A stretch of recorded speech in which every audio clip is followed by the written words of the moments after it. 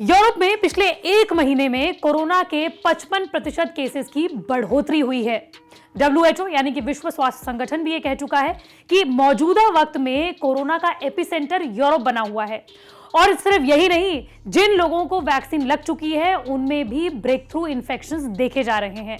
Europe के अलावा मध्य Asia में भी कोरोना के केसेस लगातार बढ़ रहे हैं और यहां पर संक्रमण दर तकरीबन 53 देशों में लगातार बढ़ रही है और कोरोना के केसेस में इसकी वजह से इजाफा हो रहा है। आपको ये बताते चले कि यूरोप में ही कोरोना की पहली और दूसरी लहर की शुरुआत हुई थी और इसी वजह से एक्सपर्ट्स ये कह रहे हैं कि अगर यूरोप पर नजर रखी जाएगी तभी देश में कोरोना की तीसरी लहर को रोका जा सकेगा। लेकिन कैसे, इसे समझने के लिए इस वीडियो में बताते हैं आपको सब कुछ। नमस्कार, मैं हूं आपके साथ श्रेया बहुगुणा और आप देख रहे हैं न्यूज तक। सिर्फ यूरोप ही नहीं बल्कि चीन और अमेरिका में भी लगातार कोरोना के केसेस बढ़ रहे हैं।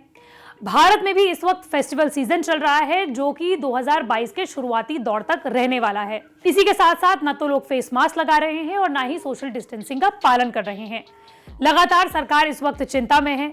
साथ ही फेस्टिवल सीजन वो समय होता है जब लाखों करोड़ों लोग एक जगह से दूसरी जगह जाते हैं, वो भी बिना कोरोना नियमों का पालन करते हुए। और अब बात करते हैं यूरोप में किस तरीके से कोरोना फैल रहा है। यूरोपीय देश जर्मनी एक ऐसा देश है जहां की 67% आबादी को दोनों वैक्सीन लग चुकी हैं, लेकिन इसके बावजूद भी लगातार संक्रमण दर बढ़ती जा रही है। भारत भी 100 करोड़ से ज्यादा डोजेस का आंकड़ा पार कर चुका है, लेकिन क्या फिर भी यहां पर तीसरी लहर आ सकती है? आइए समझने की कोशिश करते हैं।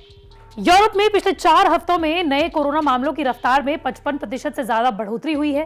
सिर्फ 1 से 7 नवंबर के बीच यूरोप में कुल 1.8 करोड़ नए केसेस मिले हैं, जो कि 25 से 31 अक्टूबर के मुकाबले 6% ज्यादा हैं।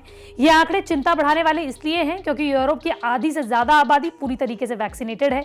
कई देशों ने तो 70% से ज्यादा आबादी को वैक्सीन की दोनों डोजेस लगा दी हैं। इसके बावजूद भी इटली, जर्मनी, पुर्तगाल, ग्रीस और फ्रांस ऐसे देश हैं जहां पर नए केसेस की रफ्तार रिकॉर्ड तोड़ रही है।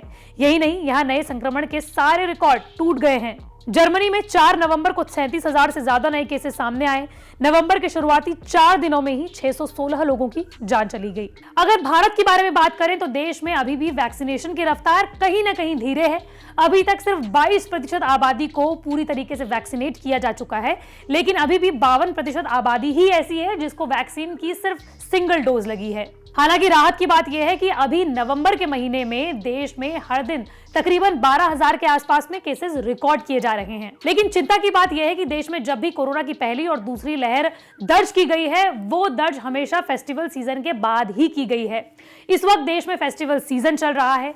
इसी के साथ साथ अगर फ्लाइट और ट्रेन के बारे में बात करें तो लाखों लोग हर दिन फेस्टिवल सीजन में सफर कर रहे हैं। दिवाली की वजह से लाखों लोगों ने एक जगह से दूसरी जगह ट्रैवल किया, वो भी बिना कोरोना नियमों का पालन करते हुए। 4 नवंबर को ही 5 लाख से ज्यादा लोगों ने फ्लाइट के जरिए यात्रा की। इनमें से 70,000 लोग इंटरनेशनल ट्रैवलर्स हैं। इसी तरह लाखों लोगों ने ट्रेन के जरिए भी यात्रा की। लेकिन क्या भारत में तीसरी लहर बस अब कुछ ही दिनों की दूरी पर है? इस पर महामारी के विशेषज्ञ डॉक्टर चंद्रकांत लहरिया कहते हैं कि किसी भी महामारी के फैलने के 3 महत्वपूर्ण कारक होते हैं।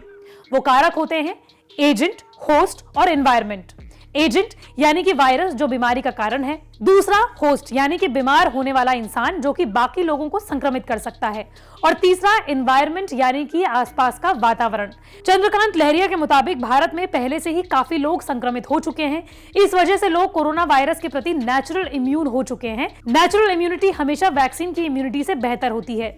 यही वजह है कि भारत में इन्फेक्शन का रेट काफी कम है। दरअसल चंद्रकांत लहरिया एक बात और महत्वपूर्ण तरीके से कहते हैं।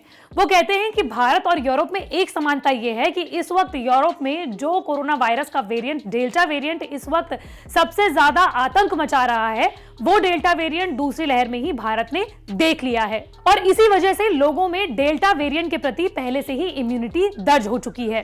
इसी के साथ साथ जब डेल्टा वेरिएंट आया उसके बाद भारत में लोगों को वैक्सीन लगी, लेकिन यूरोप के देशों में लोग पहले ही वैक्सीन लगा चुके हैं और उसके बाद डेल्टा वेरिएंट से संक्रमित हो रहे हैं और हो सकता है कि इसी वजह से भारत में तीसरी लहर की संभावनाएं बेहद कम हो।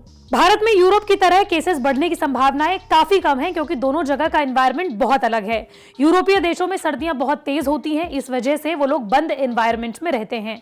वहां आमतौर पर फ्लू भी सर्दियों के मौसम में ही ज्यादा फैलता है, क्योंकि यूरोप में अभी सर्दियां शुरू हो रही हैं, इसलिए वहां केसेस रफ्तार पकड़ने लगे हैं। देश में भी अब धीरे धीरे सर्दियों का मौसम बढ़ने वाला है, तो क्या ऐसे में देश में कोरोना के केसेस बढ़ सकते हैं? तो इस पर एक्सपर्ट्स का जवाब होता है हाँ, लेकिन तब अगर लोग लापरवाही बरतते हैं। अगर लोग फेस मास्क लगाए रखते हैं, सोशल डिस्टेंसिंग का पालन करते हैं, तो हो सकता है कि हम तीसरी लहर से बच जाएं। अभी तक ये देखने में आया है कि किसी भी पब्लिक इवेंट के बाद केसेस बढ़े हैं। अगले 3 महीने तक हमें सतर्कता बरतने की जरूरत है। अगर लापरवाही बरती तो केसेस बढ़ सकते हैं, भले ही उनकी रफ्तार यूरोप में बढ़ रहे केसेस जितनी ना हो। लेकिन इसी के साथ साथ एक्सपर्ट्स ये कहते हैं कि आने वाले 3 महीने लोगों को सबसे ज्यादा सावधानी बरतने की जरूरत है। लेकिन ये 3 महीने का कारण ही क्यों, आइए आपको समझाते हैं। दरअसल अमेरिका में पहली लहर जुलाई के दौरान पीक पर हुई थी। इस दौरान अमेरिका में रोजाना 65,000 के आसपास नए केसेस आ रहे थे। भारत में पहली लहर के दौरान सबसे ज्यादा केसेस सितंबर में आए थे, जब रोजाना औसतन 90,000 केसेस मिल रहे थे। भारत में ये पहली लहर का पीक था। इस आधार पर कहा जा रहा है कि अमेरिका में केसेस बढ़ने के 2 महीने बाद भारत में केसेस ने रफ्तार पकड़ी थी। इसी के साथ साथ अक्टूबर 2020 के बारे में बात करते हैं, जब अमेरिका और यूरोप में केसेस दोबारा बढ़ने लगे। जनवरी 2021 तक अमेरिका और यूरोप में हर रोज 2.5 लाख के आसपास नए केसेस आने लगे। फरवरी में केसेस कुछ कम हुए, लेकिन मार्च में दोबारा केसेस बढ़ने लगे। मार्च में ही भारत में भी केसेस रफ्तार पकड़ने लगे और मई तक भारत दूसरी लहर की पीक पर पहुंच गया। यानी कि अमेरिका और यूरोप में केसेस बढ़ने के 2 महीने बाद भारत में भी केसेस बढ़ने लगे। साथ ही आपको यह समझना बेहद जरूरी है कि भले ही देश में 22% आबादी को वैक्सीन की दोनों डोजेज लग चुकी हो और 52% आबादी को वैक्सीन की एक डोज लग चुकी हो, लेकिन इसके बावजूद भी ये कोई गारंटी नहीं है कि वैक्सीन लगने के बाद भी आप कोरोना से बच जाएंगे, क्योंकि वैक्सीन आपको कोरोना के गंभीर प्रभावों से बचा सकता है, लेकिन कोरोना से नहीं बचा सकता। साथ ही दुनिया के अलग अलग देशों, जिसमें यूरोप, मध्य एशिया के जैसे देशों के साथ साथ चीन, ब्रिटेन, अमेरिका, न्यूजीलैंड जैसे देशों में भी कोरोना के केसेस लगातार बढ़ रहे हैं। यही वजह है कि 7 नवंबर तक रूस ने अपने देश में पूर्ण लॉकडाउन लगाने का फैसला किया। इसी के साथ साथ दुनिया के अलग अलग देशों में मॉल्स, पब्स और सिनेमा घरों को भी बंद करने का आदेश दे दिया गया है।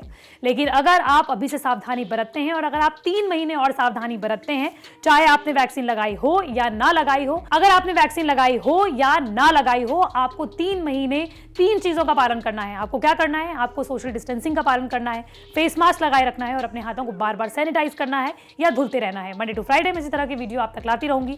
अगर आप भी किसी टॉपिक के बारे में जानना चाहते हैं तो कमेंट बॉक्स पर जरूर बताएं।